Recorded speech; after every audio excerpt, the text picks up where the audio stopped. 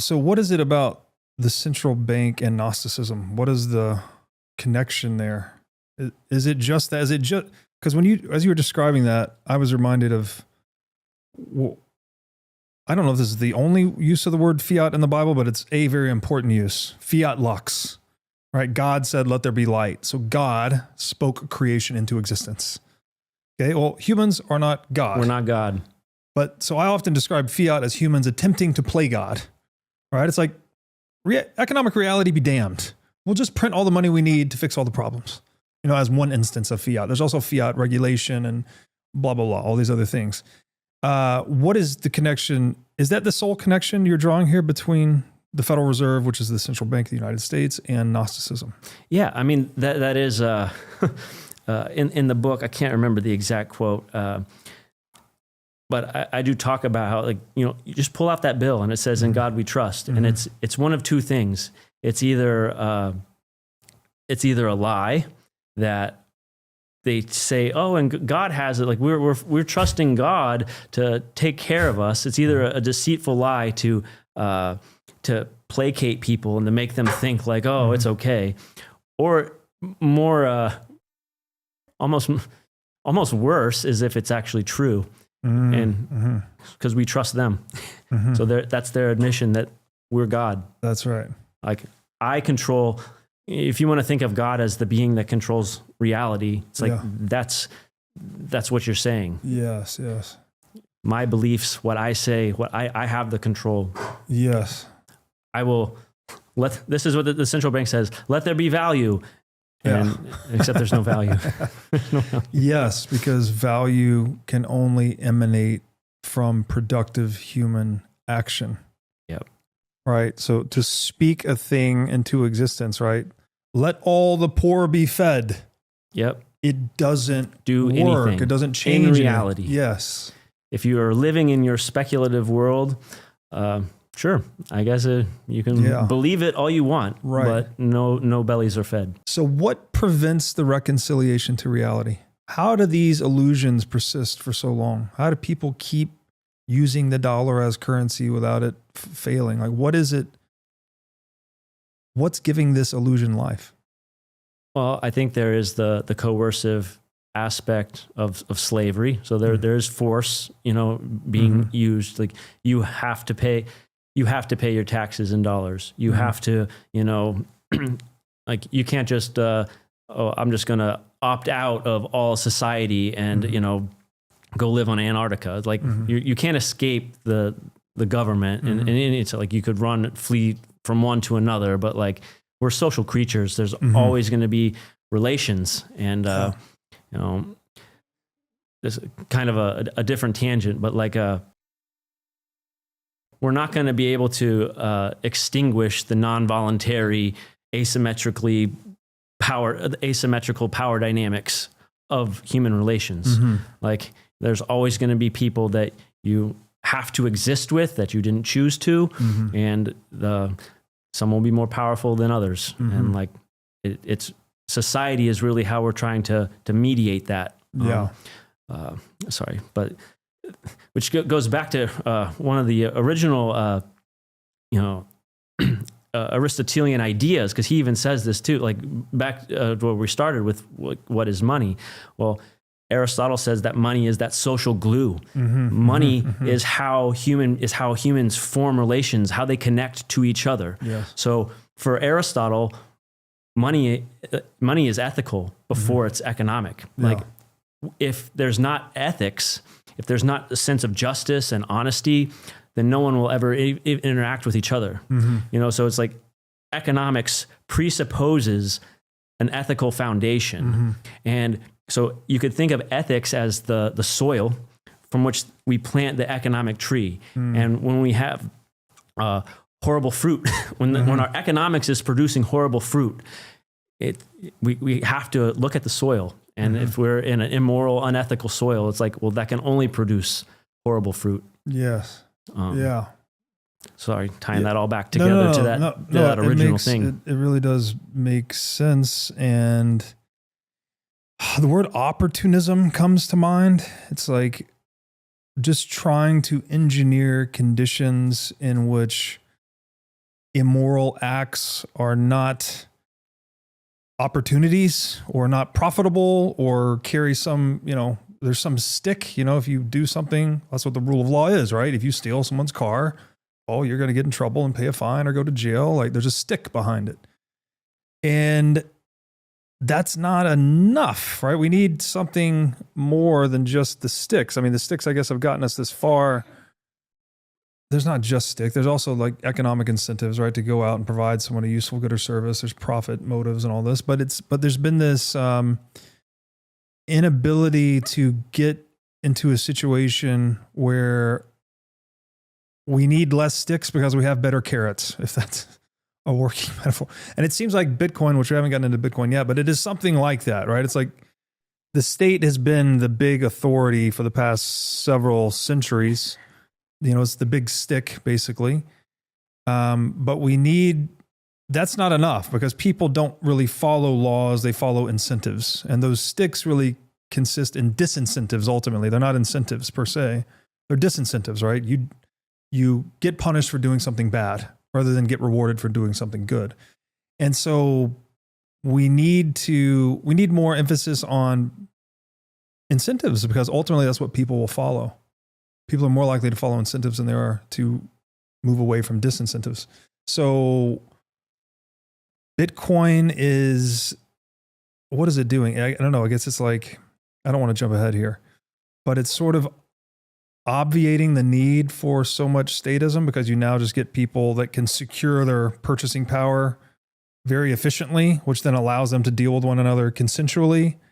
And then there's not as much of a carrot to coercing someone because it's hard to steal their stuff, right? And they have a lot of mobility, a lot of concealability with their purchasing power.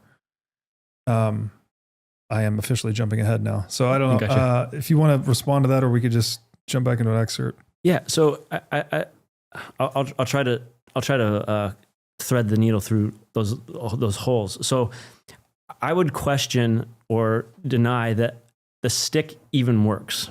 Okay. Right. This goes back to, this will bring in like, the time preference type of stuff. So like, well, works on what time scale? So an unethical money, right? That glue, that extraction is going to rip society apart, which means everybody loses. So the people at the money printer, the people closest to that, they're benefiting, right? But on what time scale? When society rips apart, they're on the sinking ship just the same as everybody else.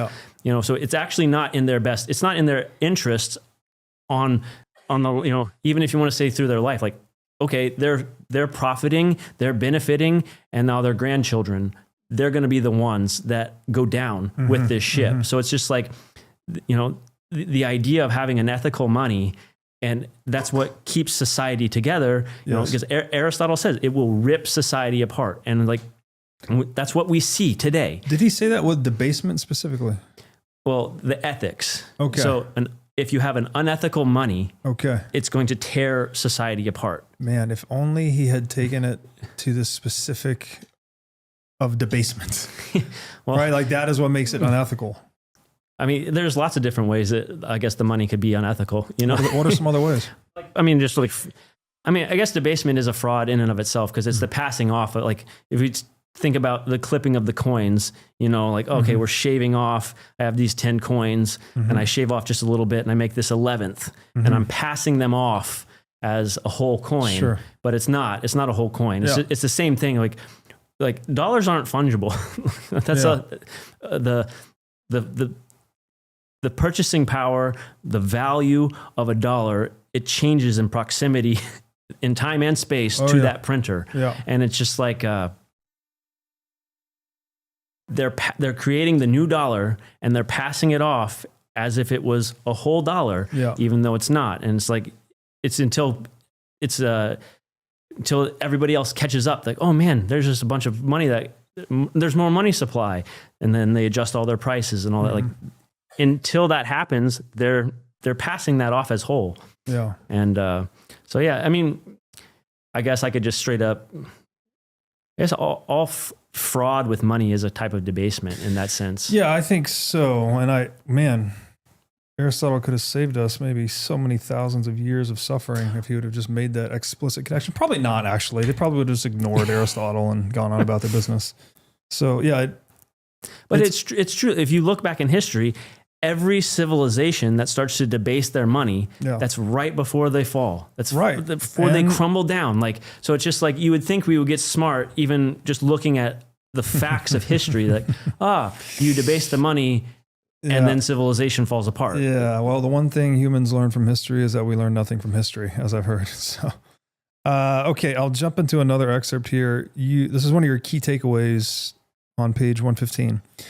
The system's moral status does not pivot on the good or evil intentions of its architects. It hinges on the inescapable outcomes it produces. Whether inspired by benevolence or shaped by hidden malice, a machine that relentlessly siphons human energy from the many to the few is, by definition, an engine of enslavement. Our moral inquiry cannot be deflected by speculation about motives. We must judge the system by its tangible fruit. Next, we confront the crucial element on which the entire system rests: trust. The section that preceded this, you're basically saying that it doesn't matter, right? A lot of people say, "Oh, Jerome Powell's a good guy. What do you mean? It's like, it doesn't matter. Doesn't matter. Doesn't matter who, what, shareholders, employees, doesn't matter if they're all saints, they're all, holy men and women. It doesn't matter. Why? Or evil geniuses. Right? It doesn't matter because of the fruits, as you said, the consequences. Yes. Like you said, we do tend to fixate. We want to know why. Well, why is this being done? Like, they're trying really hard. Like, I'm sure they're trying to help us out. When they send us those stimulus checks, they have our best interests at heart. And that matters, right? Mm-hmm. It's like, well, I just categorically, like, it's a category error. Yeah. It's a waste of time and energy to fixate on the motives of what is inside somebody. That's right. And this is, straight Aquinas. He says, as rational beings, we are equipped to judge the observable, objective behavior of others. Yeah. But it's not that we're bad at judging their interiority. We're literally incapable. So it's a category error to even like try to think like, oh, well, let me judge inside your heart. Let me judge inside your head. Like, what's going on? Like, it doesn't, just put it aside. Yeah. Just like that. Put it aside. Yeah. Just look at what is happening. What is the consequence of this system? Yeah. And, like, you got the creature of Jekyll Isle. And it's like, is this some crazy, evil plot to take over the whole world? Or maybe they're just like, they wanted to help and they're like, hey, this will be a great system that'll bring about prosperity for all. It's like, it doesn't matter. I don't care what their motives are. I'm just like, this is what's happening in reality. Yes. We're enslaved and we should act accordingly. Yes. No, it's well said. It's just occurring to me as you're saying that probably one of the best answers to the question, probably could even call this like a meta question in a way. Like, people are, why? Like your 3-year-old asked us, why? I think one of the best answers to that question in the sphere of human affairs is money, ultimately, right? Or you could also say broaden it a little bit to self-interest, right? And so, no, I very much appreciate the book, The Creature from Jekyll Island. And I don't really think it makes the case that there was some evil plot to take over the world. It's more like, I like the term that Ed Dowd gave me, which was meta fraud. So like a lot of people following their individual incentives in conditions where there are opportunities for illicit gain over time. In the short term, but it will culminate in something like the central bank. I also think you could ground this out in the technical, really the properties of gold, right? The fact that gold is this heavy metal and is not very portable means that we do need to centralize its custody to make it globally transactable. But when you centralize that much purchasing power in one place, of course it breeds corruption, right? Like, of course, you've now given the custodian this very significant asymmetric power. And if maybe you could trust the custodian, right? Maybe he's a saint or they're saints or whatever, but then you've given the government a honeypot. And, there's this great graph of like, it's just a right triangle. And it says like, the hypotenuse going down of a right triangle, and it's like knowledge of history and trust in government. Yep. You know, like that's the only graph you need to know. Like the higher your knowledge of history, the lower your trust in government. And so, yeah, maybe we end up with corrupt monetary system just because of gold's sort of physicality and cumbersomeness, if that's a word, as money. Yeah, trust is the window for corruption. Yes. When you're trusting somebody, you have a blind spot, you know, and that blind spot, it allows for them to take advantage Yes. of that trust. Right. So like that's why it creates that opportunity Yes. to take a shortcut, to deceive, to exploit. That's right. Yeah, you're presupposing someone's integrity when you trust them. Right? You're saying that they've said they'll do a thing, and you're believing them, you're trusting them, that their actions will follow their words. There will be integration between their actions and their words. They will exhibit integrity. But I love Nick Szabo's phrasing on this too. He says, trusted third parties are security holes, which is like a more computer science, cypherpunk way of saying the same thing, right? Trust. How did you say it? Trust is the opportunity for corruption. Trust is the window. The window. Yep. Yes, the window. And the more you trust, that window gets bigger and bigger. Yes. I think today we've just blown off the entire side. Thanks for watching. If you enjoyed this episode, click here to find more just like it, and here to find our most recent episode. Also, make sure to like this video to help shine light on the corruption of money. And be sure to subscribe to this channel to stay connected.